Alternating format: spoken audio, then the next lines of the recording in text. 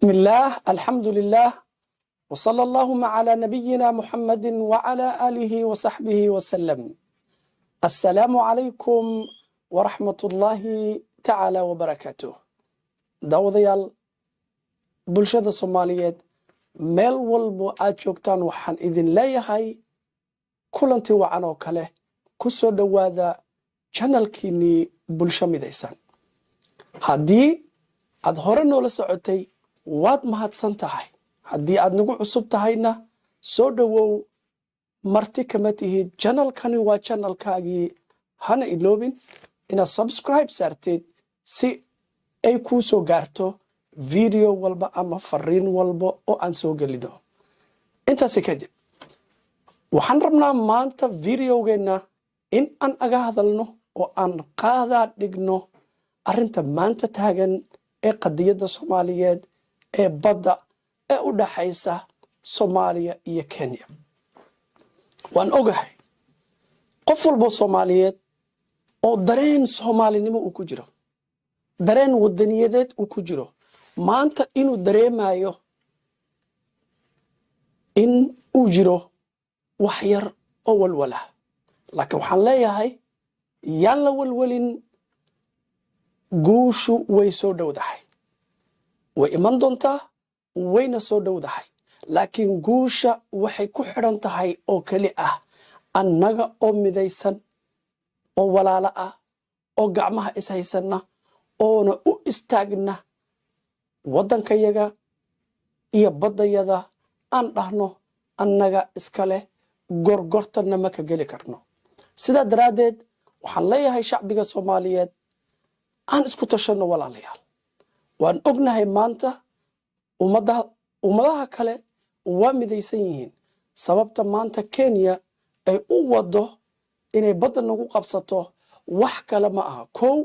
waa inaan annagu aan kala jajabannahay, aanan midaysnayn, iyo inay leedahay ku qabso ku qadimaysid, wax un baad ka heli doontaa ee ku qabso. sidaa darteed waxaan leeyahay walaalayaal, waan awoodnaa inaan dhahno Soomaali baan nahay, ilaah baa naga dhigay Soomaali, sharaf iyo cizina ilaahayna siiyey. inta uu qof naga joogana ma yeelayno in baddeenna aan ka galno wax gorgortan ah. sababtoo ah ayaguba way midaysan yihiin, ayaga oo ku doodaya dulmi inay baddayada ku qaataan oo ay ka faa'iidaystaan annaga dhexdeenna inay isku kaaya keenaan oo ay ka faa'iidaystaan. laakiin ummadda Soomaaliyeed iyo shacbiga waxaan leeyahay arrintaasi aan ka dhiidhino, arrintaasi aan u istaagno. Soomaalinimadu ha sarrayso mar walba. sidaa darteed waxaan idin hayaa bishaaro. haddii ay naga dhab tahay Soomaalinimada iyo muslimnimada, waxaa xaqiiq ah in aan annagu mar walbo aan ku dambayn doonno guusha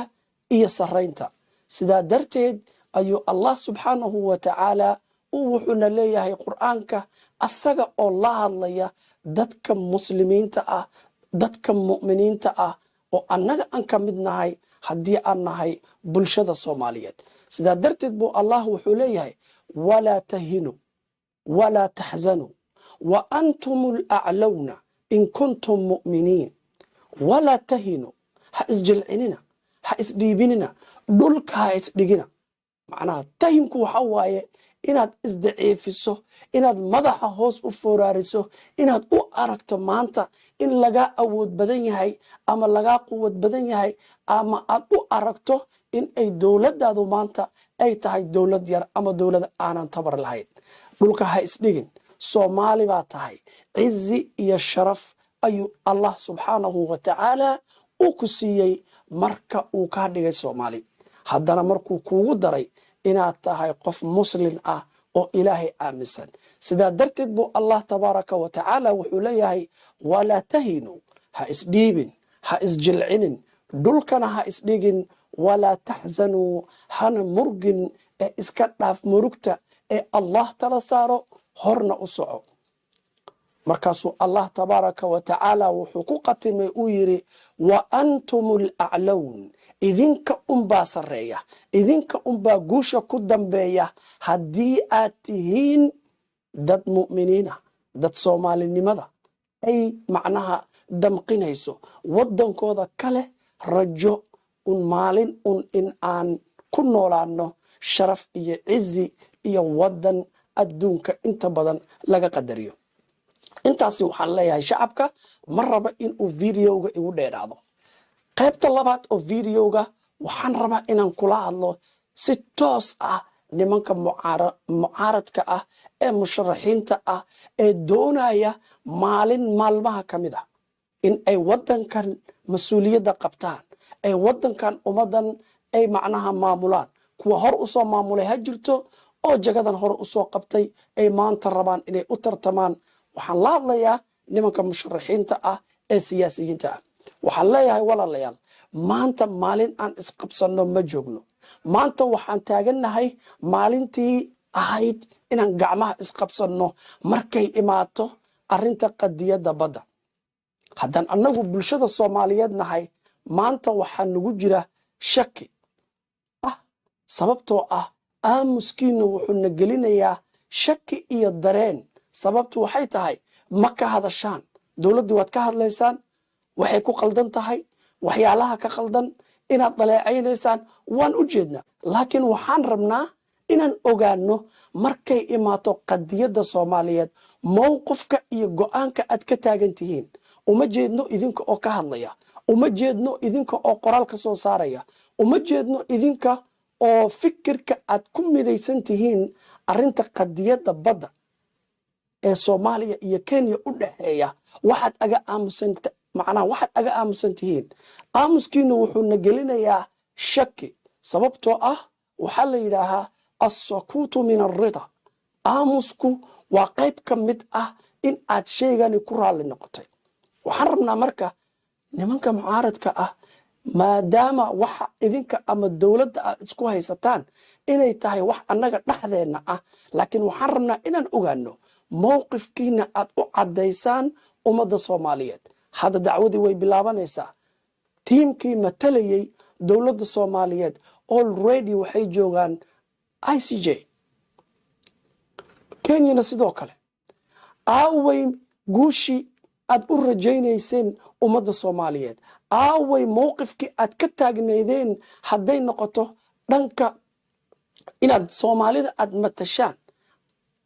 ama aad isleedihiin bari ka maalin aad xukuntaan aaway fariinta aad u dirayseen aaway baraarujintii aaway shacabka inaad la hadashaan oo qoraal ah ka soo saartaan arrinta mowqifkiina arrinta ma hayno aamuskiinana wuxuu na gelinayaa shaki iyo in ay far idinku godan tahay sidoo kale labada nin ayaguna mucaaradka oo maamul goboleedyada ah oo ayaguna dowladdu ay ka dhaxayso xogaaga xurgufta ah markay imaato annaga dhexdeenna xogaaga xurgufta ayaga iyo dowladda ka dhaxaysa ayagu waxaan leeyahay maanta wafdiga tagay ee arrimaha badda ka hadlaya ee maxkamadda aaday ma aha wafdi qof shakhsi ah matalayo waxay matalayaan aniga waxay matalayaan adiga oo siyaasiga ah waxay matalayaan qof walba oo Soomaali ah marka waxaan leeyahay waxaan rabnaa inaad noo caddaysaan mowqifka aad ka taagan tihiin arrintaas because arrintu waa qadiyad Soomaaliyeed waa qadiyad dowladda Soomaaliya ummadda Soomaaliyeed iyo dowladda Kenya u dhaxaysa soo waxaan rabnaa marka haddaan nahay ummadda Soomaaliyeed fadlan inaad ka soo saartaan qoraal aadna noo caddaysaan mowqifka aad ka taagan tihiin labada nin ee labada maamul goboleed ayagana maanta mas-uuliyaddooda ay saaran tahay oo ilaahay tabaaraka wa tacaala uu mas-uuliyaddooda saaray sida Jubbaland iyo Puntland waxaan leeyahay walaalayaalow isku soo dhawaada walaalayaalow na tusa midnimo na tusa in aad muujisaan tanaasul inaad muujisaan arrinta badda mowqifka aad ka taagan tihiin straight waxaan rabaa inaan u abbaaro hadalkayga aan toos ugu gudbiyo labada maamul goboleed labada nin ee kala hogaaminaya waxaan leeyahay na tusa mowqifka aad ka taagan tihiin maalin walbo waad soo saartaan hadal laakiin ma hayno hadal oo toos ah oo aad u diraysaan dowladda Kenya oo aad leedihiin annagu Soomaali baan nahay Soomaaliyana ka tirsannahay annagu dhaxdayadu haddaan is haysano annaga dhaxdeena waay laakiin arinta badda iyo qadiyada markay imaato waa mid baan nahay dhulka yagu iyo badda yaduna beec ma aha gorgortana ma gasho arintaas ayay shacbigu sugayaan inaad ka hadashaan ma naqaano sababta aamuska keenaysa iyo cidda aad ku raali gelinaysaan inaad ka aamustaan arinta badda haddii aad arinta ka hadli weysaan tuhunkii idinku jiray ama tuhunkii shacbiga Soomaaliyeed ku jiray oo aniga aan ka mid ahay buu sii badinaya marka waxaan rabnaa inaad arintaasi haddaad labada maamul goboleed hogaamiyaasha labada maamul goboleed aad tihiin aad noo cadaysaan mowqifka aad ka taagan tihiin iyo in aad ummadda Soomaaliyeed aad u dirtaan rajo wanaagsan aadna maqashiisaan dowladaha dariska iyo Kenya aad maqashiisaan mowqifka aad ka taagan tihiin laakiin haddaad ka aamustaan annagu waxaan leenahay aamuskiinu wuxuu na gelinayaa shaki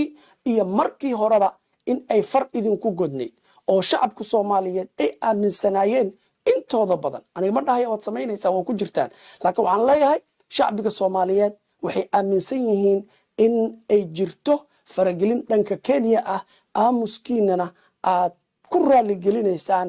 dowladda Kenya marka waxaan rabnaa in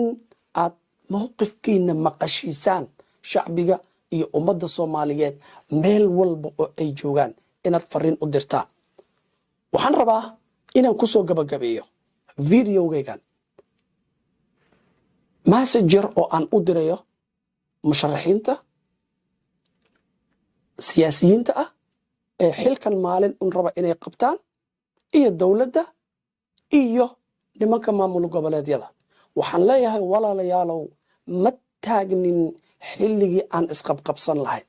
ma taagnin xilligii waqtiga uu nooga dhumi lahaa inaan isqabqabsanno shacbigan Soomaaliyeed meel fog ayay ka yimaadeen waxaana rabnaa in aad gacmaha isqabsataan aad isku tanaasushaan haddii aan wax yar aan dib ugu noqono maadaama dad muslimiina aan nahay taariikhda islaamku maxayna baraysaa dadkii hore oo inaan ku dayanno ay tahay maxaan ka faa'iidaysanaynaa haddaan tusaale yar aan idiin soo qaado nabiyullaahi yuusuf calayhi salaam markii walaaladii ay dulmiyeen oo ay ceelka ku rideen oo uu ceelka ka soo baxay oo haddana la sii iibsaday oo halkaa iyo misra uu ka dhacay markii walaaladii ay dib u kulmeen ay is arkeen arrinta dhex martay iyo faa'iidada aan kala bixi karno ayaa unbaa waxaan rabaa in aan wax yar idin tuso markii ay isku yimaadeen walaaladiis ay wada hadleen ay garteen inuu yahay walaalkood Yuusuf calayhi salaam nabiyullaahi Yuusuf oo ay ceelka ku rideen ayaa waxay dhaheen adigu ma waxaa tahay Yuusuf markaasuu wuxuu yiri haa aniga Yuusuf baan ahay qofkan kalena waa walaalkay kadib waxay ku dhaheen wallahi tallahi baan ku dhaaranay tallahi laqad aatharaka Allahu calayna wa in kunna la khati'in tallahi allah ku dhaaranay laqad aatharaka Allahu calayna ilaahay wuu nooga ka naxariistay dhibkii iyo dulmigii aan ku geysanay iyo ceelkii aan kugu ridnay wax wanaagsan buu ilaahay subxaanahu wa ta'ala ku siiyey badal khayr qaba ayuu samarkaagii aad ku heshay oo ilaahay annaga wuu nooga ka naxariistay iriya walaalayaal jawaabta uu ugu jawaabay nabiyullaahi yuusuf calayhi salaam asaga oo walaaladii raba inuu qalbigooda ka saaro xumaanta iyo macnaha cadaawadda ay dareemayaan inay walaalkood u sameeyeen asaga oo raba inuu ka saaro wuxuu yiri sidan qaal nabiyullaahi yuusuf wuxuu yiri laa tathriiba calaykum alyawm maanta wax canaana dushiina ma ahaanin maanta ma iscanaananayno waqti aan iscanaanano oo aan dib u dhacno oo aan isqabqabsanno ma joogno subxaanallah muxuu leeyahay marka qaala laa tathriiba calaykum alyawma yaghfiru allahu lakum qaala laa tathriiba calaykum alyawm maanta ma taagnin inaan isqabqabsanno oo aan gadaal u dhacno wixii hore cafa allaahu camaa salaf wixii hore allah subxaanahu wa tacaala ha idinka cafiyo laakiin hadda dad walaalaan nahay hor baana u soconaynaa sidaa ayuu leeyahay nabiyullaahi yuusuf yaghfiru allaahu lakum wuxuu tusay wixii ay sameeyeen inay dembi ahayd markaasuu wuxuu yidhi yaghfiru allaahu lakum eebbana ha idiin dembi dhaafo wahuwa arxamu araaximiin inta naxariisatana waa midka ugu naxariista badan qisada marka maxaan ka faa'iidaynaa qisada waxaan ka faa'iidaynaa in dadka muslimiinta ah dadka walaalaha ah in ay mar walba ka badan tahay waxa kulminaya iyo muslimnimada iyo walaaltinimada in ay mar walba ka badan tahay waxa kala fogeynaya sidaa darteed waxaan leeyahay isku imaada kulligiin bulshada soomaaliyeedna ayadana meel walbo ay joogto gacmaha ha isqabsato oo ha dhahdo yaghfiru allaahu lana eebbaha noo dambi dhaafo hor baan u soconaynaa wixii horena waan iska iloobaynaa sidaa darteed walaalayaal waxaan leeyahay ummadda soomaaliyeed guushu way soo dhowdahay walaa tahinuu walaa taxzanuu